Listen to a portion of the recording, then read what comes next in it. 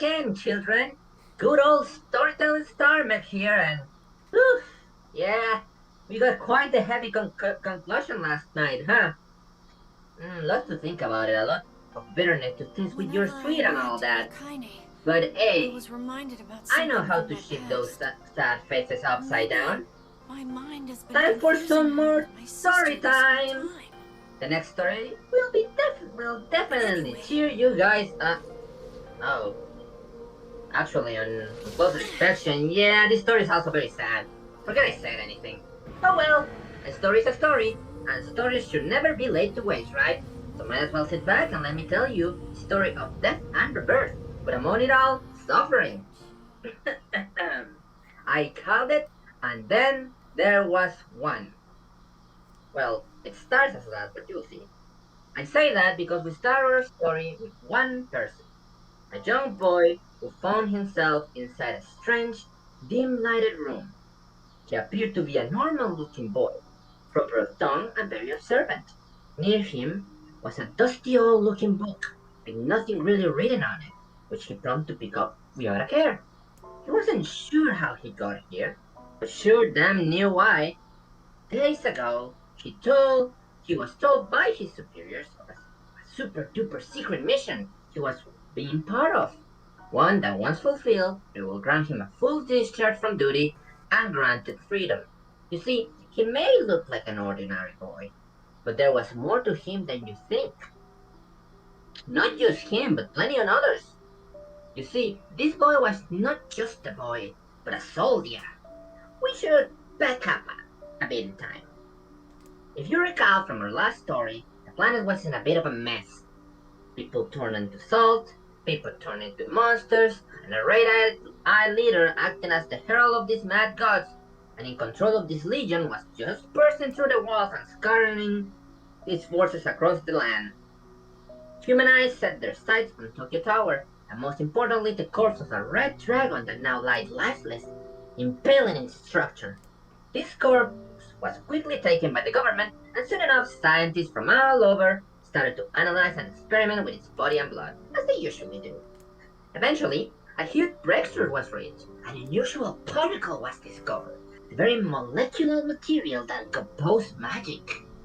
Scientists called it meso, and they learned that it came from both the giant and the dragon.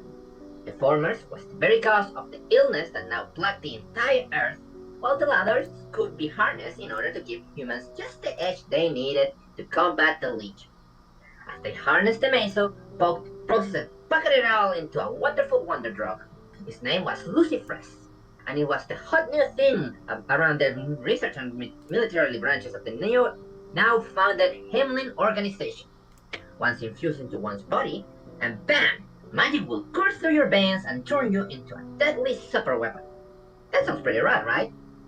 Just one tiny little caveat. They soon found out that there was a problematic side effect to the drug, and that was that in adults it really wasn't very potent, putting them at a huge disadvantage against the Legion.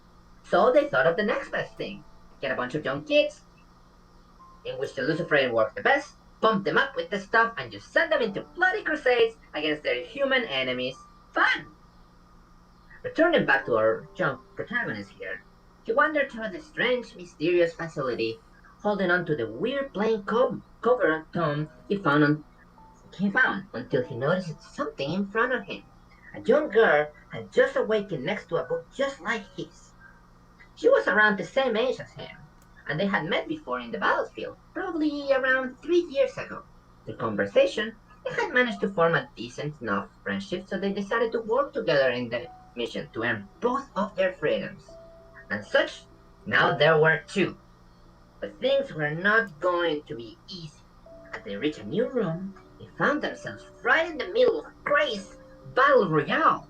And this is not the one of like you youngsters talk about their gliders and their dance emotes. No, this was a bloody gory display. Kids just the same age as them mindlessly killing each other, be it by desperation or bloodlust, all while using magic through these weird tones.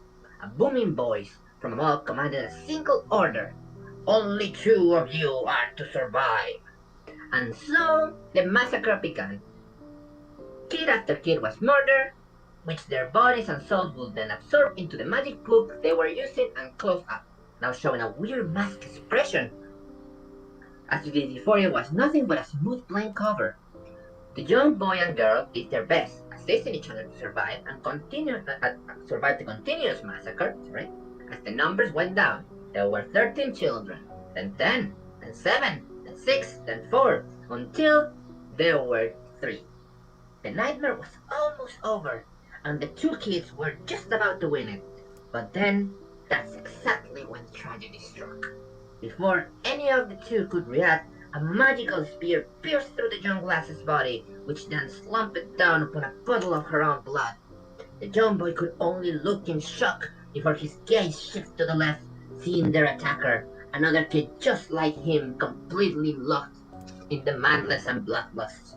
Rage filled through our protagonist's body alongside a deep sorrow. His only thing close to a friend, to an ally, now gone. Her body sucked into her tomb and leaving a red-tainted face upon its cover. He wanted his remaining competitor, which is only to avenge his fallen comrade. But alas, the two found themselves frozen in place. As the big remote proclaimed through the facility speakers, the experiment was over. The two remaining children were soon enveloped into a bright light coming from their magic books, a blinding flash that caused them both to flinch. Their consciousness felt like being washed again, and then brought straight into the tome's pages, and then poof, and then there were none. The experiment had been an amazing success. The two candidates had been chosen and taken away for the next phase of the plan. Remaining 11 children that had now become nothing but a bunch of colored books on the ground, which were then gathered and saved for further research. Perhaps some of them could become good supports to the project that was now being set into motion. That sad red book may somebody someday find herself in a fancy mansion, perhaps. Who knows? But what about our two winners, you may ask? What of them? Oh, I'm sure you figured it out at this point. They would be copied and mass produced, then handed to the people to initiate the process that was the keystone of Project Gestalt. The young boy, from within his pages, could only laugh at such a fate and cover the pain of losing his friend.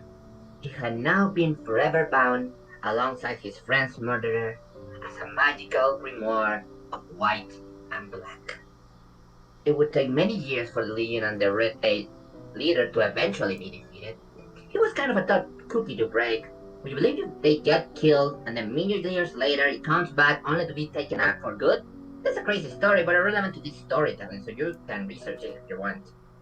The important thing was that while the war against the Legion continued, humanity now had the keys to their salvation, all within the page of a familiar set of books. Project Gestalt could really begin.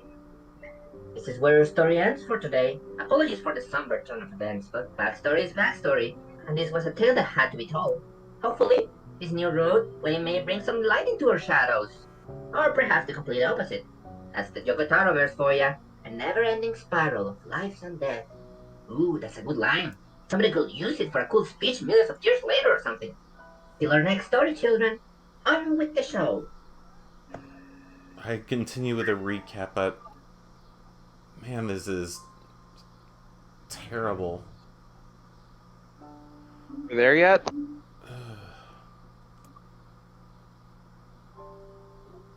Well, I guess this explains why Kaine's pretty foul-mouthed.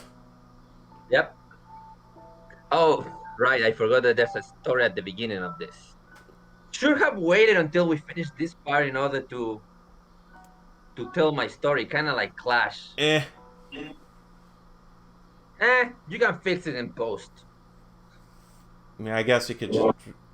Well, I can't really fix it, though. Crap. Oh, well. Oh, well. The important part is when we just got Live some streaming, backstory everyone. behind it. Yeah, we just got some backstory. We are getting some kind of backstory, but also we just got an origin story from Grimoire Vice. So I guess it's a bit of a twofer.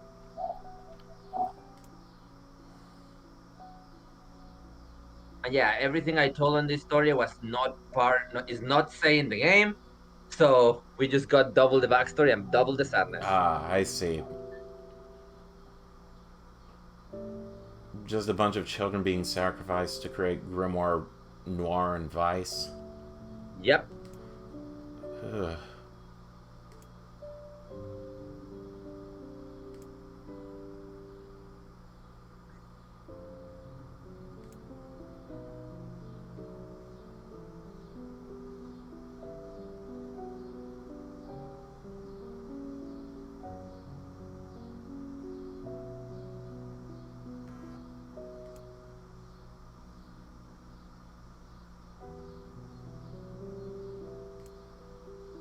Yeah, you better get your like heart like ready, Snake, because this is gonna be a heck of a path. Because while we're still gonna be playing as near as usual, this is technically the story of Route A from Kindness' perspective. Mm. We will learn more about her, and she has something a unique thing. She will hear stuff we didn't hear. Well, she killed Demo. Mm-hmm. Unconsciously, I assume. Mm-hmm.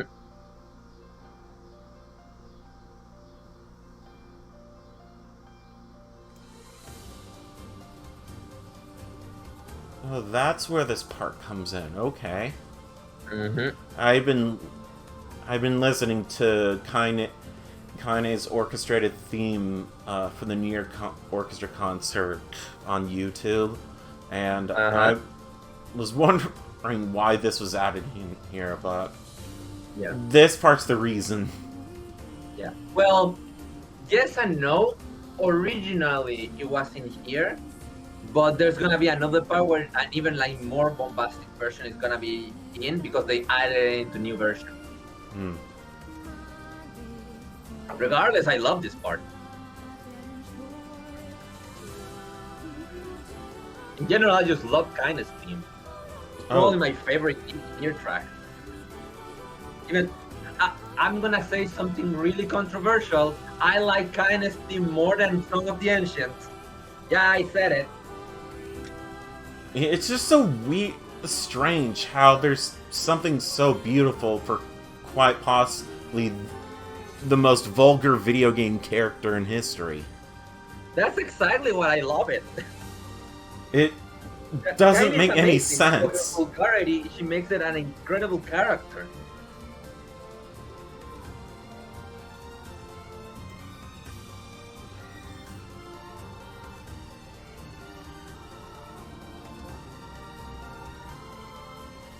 I don't think he'd kill him though, because he seems to be still talking, so I guess he's just really injured. Yeah, this woman injured him pretty bad. Yeah. Well, they were messing with Kaine.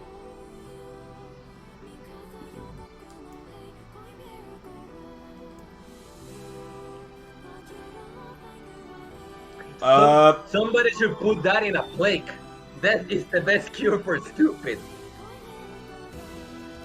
are we gonna talk about how what? Well, you know what? No, never mind. uh, I'm just gonna leave it at that. I'm saving that line and just pasted it everywhere because who boy does it feel really on point That feels very topical. Uh-huh.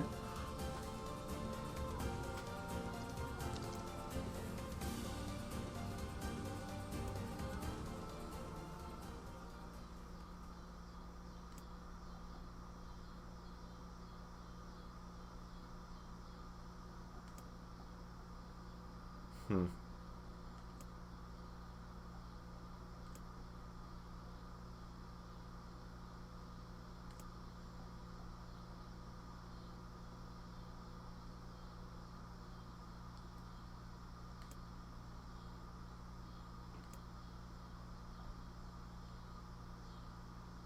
Yep, this is Kaine's grandmother. Hmm.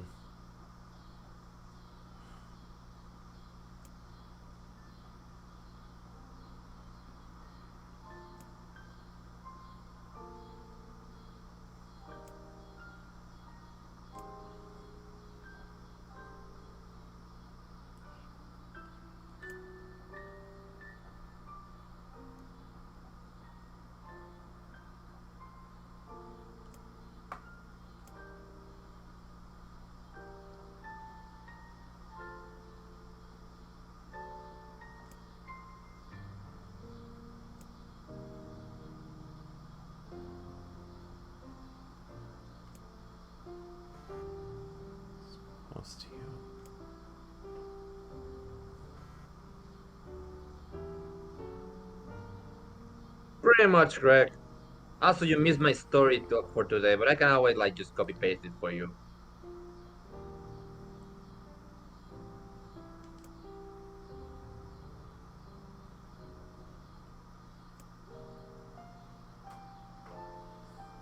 Well, I guess as much. Her parents did die.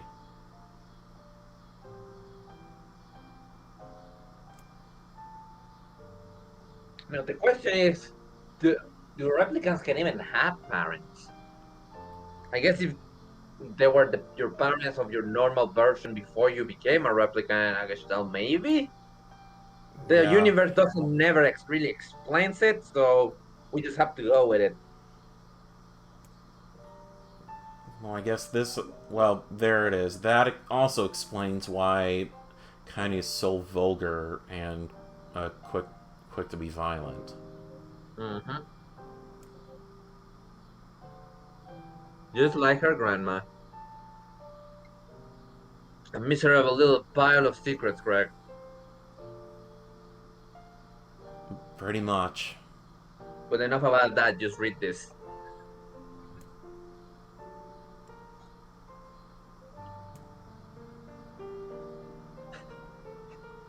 You tell him, kindness, grandmother.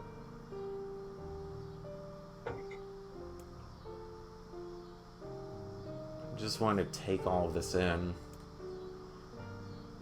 And that's why I'm not reading it this time. Mm-hmm. Hmm.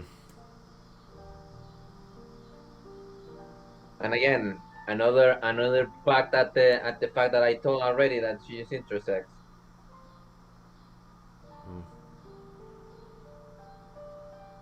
It is a thing that happens, I guess. Mutation or something like that? I don't know how that happens. I don't know how that happens at all. At this point I can say it, considering we already did route A. Her original self was uh, fully female. Hmm. According to the Grimoire NieR, it was a glitch in the creation of her replicant. Oh, okay. I guess So that doesn't explain replicant that. kinda it's intersex. I see. So she, her, And this is before she became half shade. So, which we're also gonna get some answers in this route.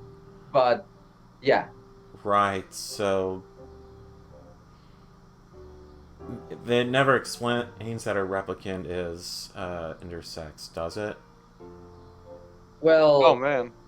they don't they never say that a lot, but there's a lot of hints throughout the dialogue about her may not being normal. Yeah. I mean, case in point, right here. Exactly. It's not that all replicants are that way. Again, she just hers just happened to have a little like glitch that caused that to happen. Hmm. Okay. It's like when you mass produce something, sometimes there's one that comes wrong from the factory. And I hate using this analogy because it's very mean to intersex people to say that. But I'm not saying it in that way. I'm saying it just in the sense Yeah. of because the Project Cristal was a mass produced thing. Millions of people were like led into this to separate their life from their souls from their bodies. You don't have any way to really test this Mm-mm. when No. you think about it. So after all, we just had a big conversation last stream about the fact that the project's main doom was the fact that it couldn't be tested and they couldn't have freaking noticed that the replicants were gas cell safeties. I mean, if anything, it just reminds me of that demo video from Quantic Dream that eventually became And what is it? Detroit become human. Yeah, yeah, and how there was one android that had through a glitch had developed sentience and Mm-hmm. was about to be destroyed until, well, she expressed how scared she was, and well, that was heartbreaking.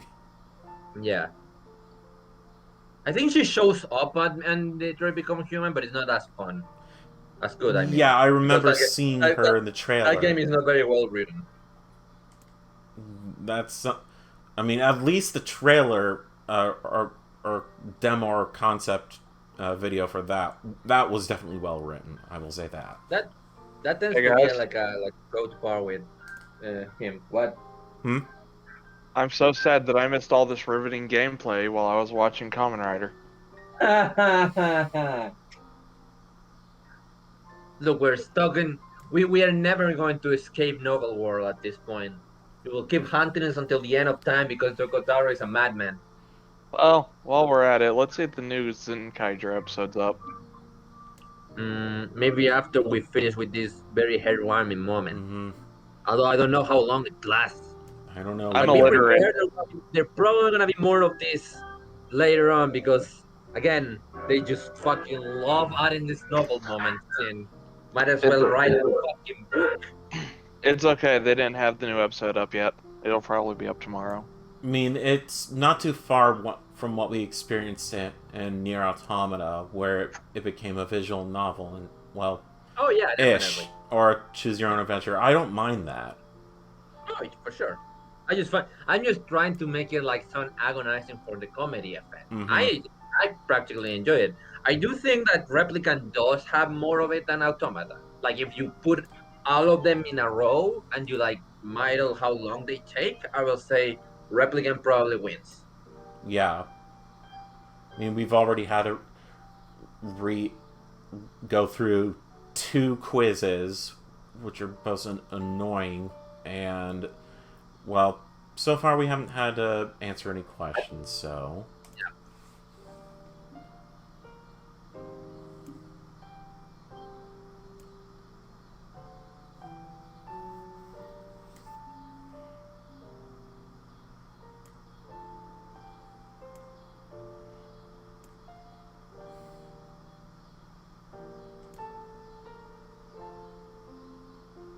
but then again, I guess replicants being mass produced is not being tested is honestly not too far from uh, people making kids. Nothing's guaranteed to be perfect on the roll of the dice. Exactly. The Yeah. important part is that you have to roll with the with the changes. Mm-hmm.